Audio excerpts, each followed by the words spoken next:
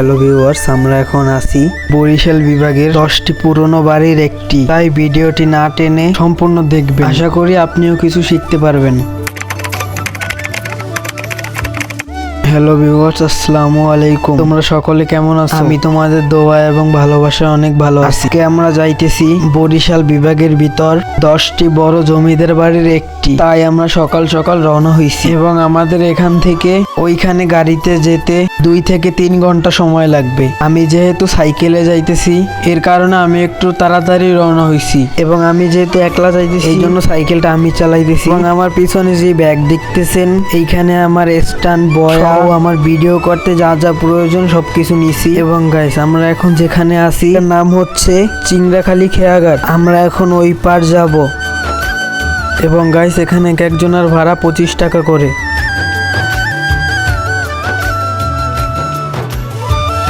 এবং গাইস, আমরা কথা বলতে বলতে এসে পড়েছি মোকামিয়া লঞ্চ ঘাট। আমাদের এখন মোকামিয়া বাজারে যেতে হবে। তো গাইস, আমরা উপরে উঠে ভাড়া দিতেছিলাম এবং গাইস আমরা যেই সময় গিয়েছি ওই সময় অনেক কুয়াশা ছিল। তো গাইস, আমাদের এখান থেকে যেতে এখনো 20 মিনিট সময় লাগবে। এবং গাইস, আপনারা যারা আসবেন তারা অবশ্যই ওইখানে যাবেন। ওই জায়গাটা কিন্তু অনেক সুন্দর আছিল। তো গাইস, আমি যতটুকু জানতে পেরেছি 200 বছর আগের বাড়িগুলো নির্মাণশীল সাধারণত মোগল বা ব্রিটিশ স্থাপিতর ছোঁয়া পেত। এটি ইট, চুন, সুপারি এবং কাঠ, দরজা, জানালা ইত্যাদি। এবং ওই সময় বাংলাদেশ ব্রিটিশ শাসনের প্রভাব ছিল। হয়তো মিয়াবাড়ি ওই সময়ে কোনো জমিদার বা কোনো প্রভাবশালী ব্যক্তির বাড়ি ছিল। আমাদের সকলের কোনো না কোনো প্রশ্ন থাকতে পারে, যেমন মিয়াবাড়ি কে নির্মাণ করেছিল। আমরা ওখানে গিয়ে যতটুকু জানতে পেলাম, এটি তৈরি করার পেছনে কোনো বিশেষ উদ্দেশ্য ছিল না এবং এটি কোনো সরকারি সংস্থা বা স্থানীয় কর্তৃপক্ষ দ্বারা রক্ষণাবেক্ষণ করা হচ্ছে। এবং গাইস, দীর্ঘ 3 ঘন্টা সাইকেল চালানোর পরে অবশেষে আমরা আসলাম মিয়াবাড়ি। তো গাইস, এখানে নাকি মিয়াবাড়ি 2টা। আমি এখন যেখানে আছি এইটাই হচ্ছে 100 বছর পুরনো মিয়াবাড়ি এবং ওই সাইডে যেটা আছে ওটা নাকি 400 বছর পুরনো মিয়াবাড়ি।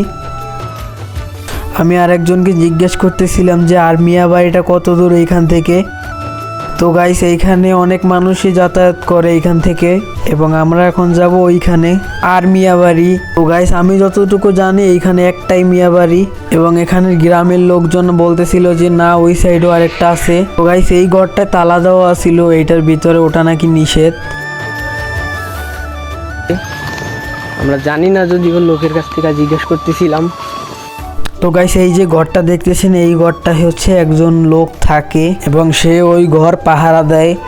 তো গাইস, লোকে এখান থেকে বলতেছিল যে এখান থেকে 10-15 মিনিটের মতো সময় লাগবে যাইতে এবং সেই জায়গায় নাকি অনেক কিছু দেখার মতো আছে।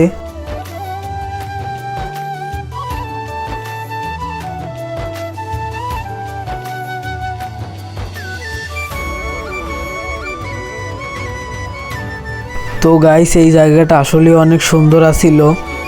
এটা ছিল একটা ছোট মসজিদ এবং এখানে উজু করারও ব্যবস্থা ছিল।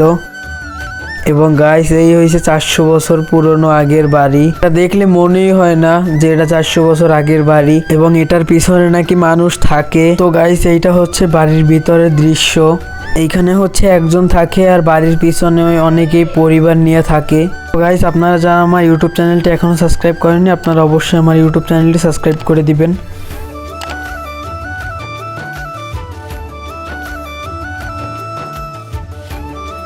তো গাইস, আমরা এখন বাড়ির ভিতরে যাইতেছি। তো গাইস, এইখানে হচ্ছে মানুষ থাকে এবং সামনের কিছু বিল্ডিং ভাঙা আছিল এবং এই বিল্ডিংগুলো অনেক পুরনো আছিল।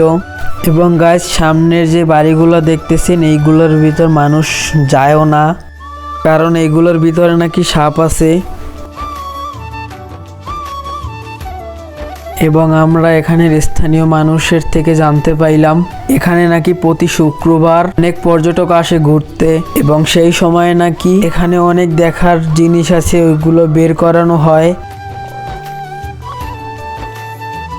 এবং গাইস, এখন যে ঘরটা দেখতেছেন এই ঘরটার ভিতরে প্রয়োজনীয় মালামাল তারা রাখতো।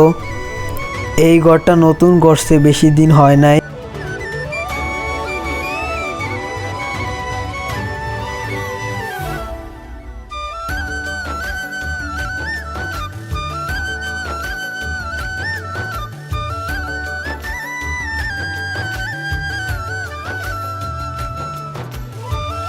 তো গাইস এইটা হচ্ছে ঘাটলা, এই জায়গায় এইখানে সব লোক গোসল করে।